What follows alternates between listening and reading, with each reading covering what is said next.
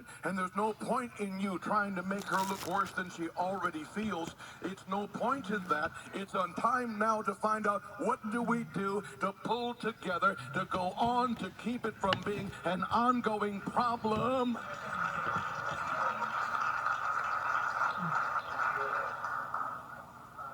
When somebody, your children, you pick them up and they've been on drugs, that's not the time when already they're afraid to make them feel like they're worthless. You should have yelled and screamed before then, but not now. Not now. Not now. You can't cause pain. You have to know in this moment that when somebody already is in the midst of pain, it's time in that moment to say, the great physician now is here, the sympathizing Jesus, and he speaks the wounded heart to cheer. He speaks in this moment, oh, hear the voice of Jesus.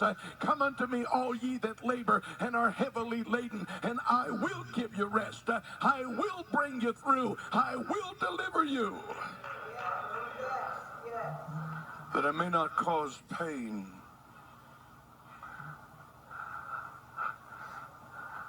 Next, the world is looking for somebody to be proud of, and they're hurt by people that disappoint them. Every preacher that has an affair, that resigns from a church,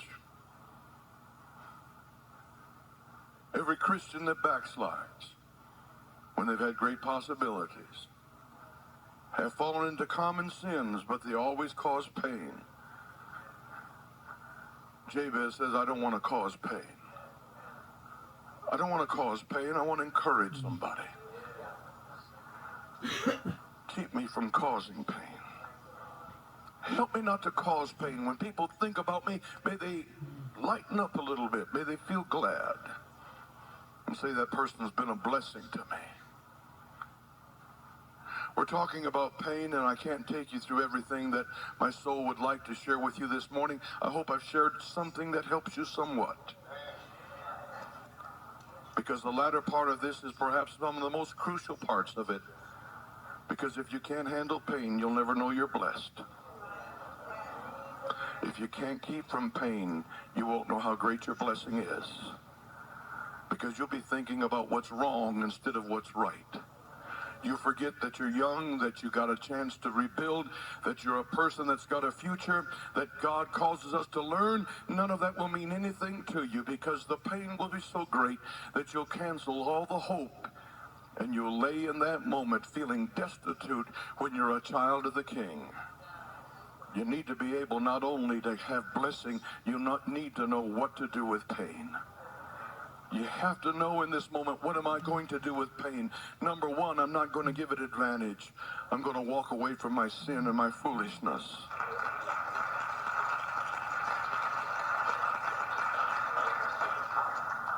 Secondly, I'm not going to fall into the trap of believing that I'm going to be painfully living now so I can get the reward tomorrow. Be careful, that's seductive. There's people that are losing day, week, month, and decades because it's going to pay off later. I knew a man who was a workaholic, working all the time, had a nice house and had a wife that he didn't see. In the midst of all of his sacrifice, because he was building, he said, for a wife and for children. And one day she walked up to him and said, we don't have a marriage, and I've been infatuated with somebody else, and I want out. And he was living in a one-room place. Why? Because he thought that pain that is chosen is noble. No pain that you choose is noble. The pain that you can't do anything about may be for a season. But when you choose pain, you better stop and ask yourself, what's my problem? Because we don't choose pain. We choose the best that God has. We got to choose the joy of the Lord. We got to choose his blessing. Be careful, because it's reasonable to choose pain. But this is the day that the Lord has given you. How many of these days are you going to throw away, hoping that by doing that, that you're going to have enough in the future that's going to make up for what you now have thrown away? You've got to celebrate today. You've got to turn this day around. You've got to sanctify this day for happiness.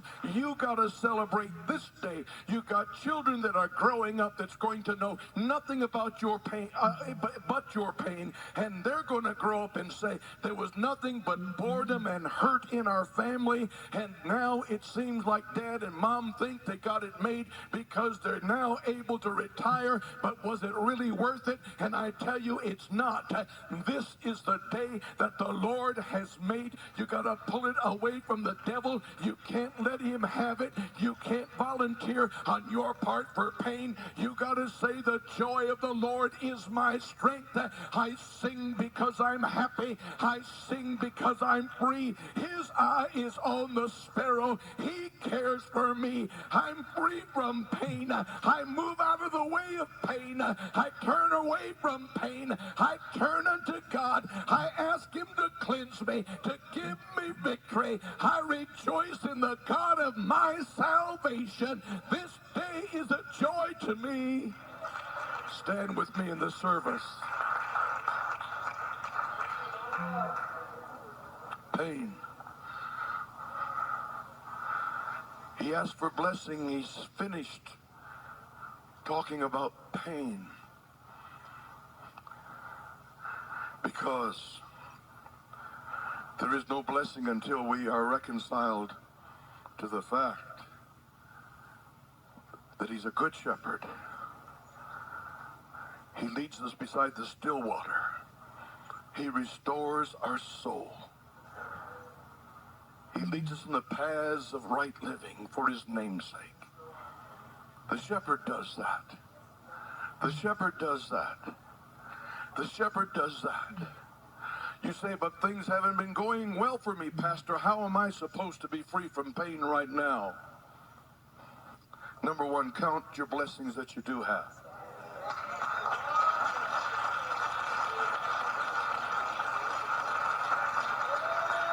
Count the blessings that you do have. Thank God it has not destroyed you. You say, well, I'm not sure about that, Pastor. Then walk in faith and be sure about it. None of these things move me. None of these things destroy me. My problem isn't me. Once you have sin out of your life, you know my problem is external. I am blessed by having God's Spirit internal. And if he began a good work in me, he's going to continue that work. He's going to refine me. He's going to perfect me. He's going to bless me. This day is not an indication of despair. This day is an indication I can't be without you. But if you're with me, God, you're going to bring me through and you're going to do exploits. And I can stand still and see the salvation of the Lord. I believe, God, that my problem is me, but when I turn to you and ask you to bless me, when I ask for you to enlarge my territory, when I ask you, God, to stay with me every step of the way, when I ask you, God, don't let pain come into my life, and if it does, don't let it stay. When I say that, you're going to hear me, and if you hear me and respond, I can rejoice.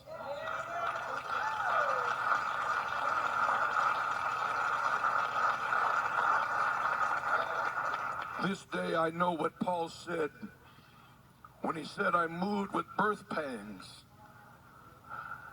desiring that Christ be formed in you. I travail in this moment. I don't preach this message out of my head, but out of my inner being. Because I know it's the word that can make a difference in your life, but it's not a simple word. It's a deep word. But if you'll pray a simple prayer, a great thing will happen. Just try it. Just try it. Just try it. I'm speaking about the many facets, but you don't have to take all those facets to God. All you got to do is do what Jabez did, and he said, God, bless me indeed. God, put your hand upon me. God, enlarge my coast. God, deliver me from pain. And God answered and accomplished.